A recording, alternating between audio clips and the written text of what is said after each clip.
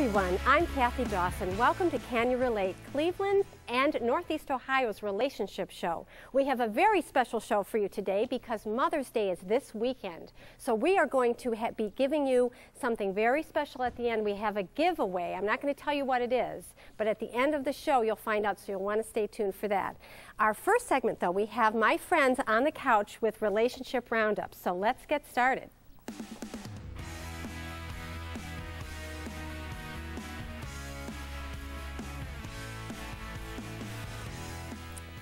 This is the Relationship Roundup segment. This is where I get the chance to have my friends come in the studio, sit on the couch, and answer a question having to do with relationships. So I'd like you each to introduce yourself to everybody. Would you like to start? Hi, I'm Barbara Rose, and I am the mother of 2 adult daughters. Welcome to the show again. Thank you. Thank you. And I'm Sandy Hoyt. I am the artistic director of John Roberts Spa, and I'm here for being the daughter part. yes, and I want to throw something in special about Sandy. Sandy does my hair and makeup, and thank you so much for all the work you do. My pleasure. And lovely it is. Well, thank you so much. It is. I love what you do.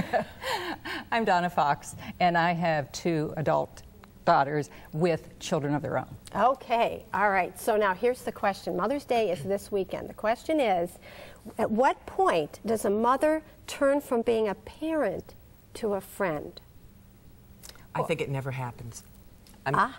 Personally speaking. I mean, not that it never happens, but you don't ever lose that. I personally never lose that parental feeling. You know, I still have the same concerns.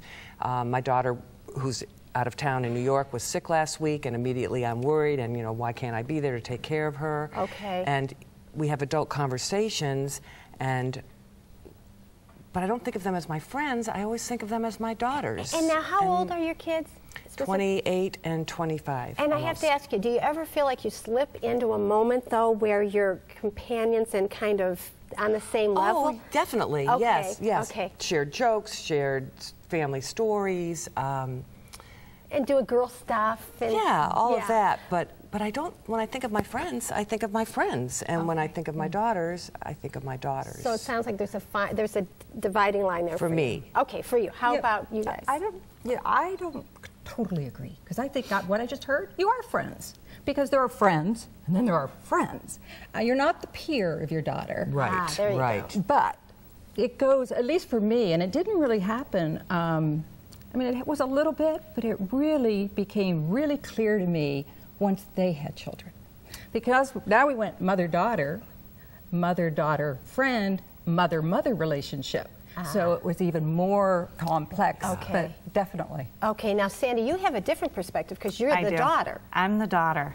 And I thought I became friends with my mom at a young age. I thought we were friends from the time I was probably about 14.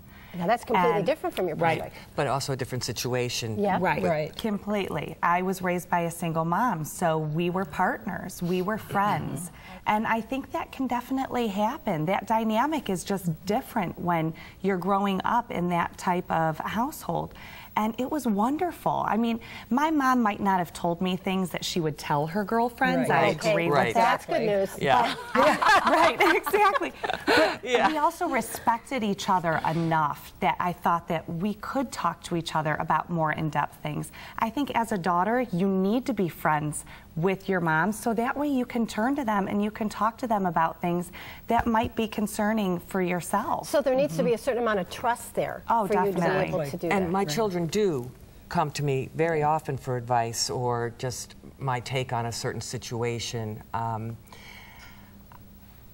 But again, I guess I just don't think of them as my friends because there are certain things I don't want to know about them, and they certainly don't want to know about me. Exactly. I think it's a matter of semantics almost, you know, how you define friend. Yeah, I like your use of the word peer. Yeah. Yes, I do too. Yeah. And for me, when my daughter went off to college and she came back after a couple years of being in college, it's not that we're, you know, hanging out 24/7, but I did feel a shift. There was a different level of communication that was happening that didn't feel mother-daughterly as much. Right. Now, for Mother's Day, this is real quick. I'm throwing this at you. You didn't know I was going to ask you. Uh-oh. Just quickly name, what do you think is the best gift or one of the best gifts that your mother's ever given you? Now, I don't mean material gifts. Our mothers have ever Yes. Her sense of humor. Terrific. I definitely the love, the compassion. The compassion, Yeah. okay. her sense of humor and her strength against adversity. I have a very easy life. She had a rough life, and she taught me how to make the most out of everything. That's wonderful. Strength is huge. And mine, this sounds very strange, but as a little kid, I didn't do well in grade school. And my mother taught me this song to learn linking verbs. It's a pivotal point in my life. I stood up in front of my class and I sang, be as am, are, was, or been, taste, smell, feel, seem, grow, be, come, sound, look, and appear. And that gave me the confidence, but she made that song up for me. I love it. So thank you, Mom. Yeah, our mom's great. Our mom's great. They are great. Yes. Yeah. I wish you all a happy Mother's Day and a Thank happy you. Mother's Day to everyone else. So stay tuned because we've got the next segment coming up.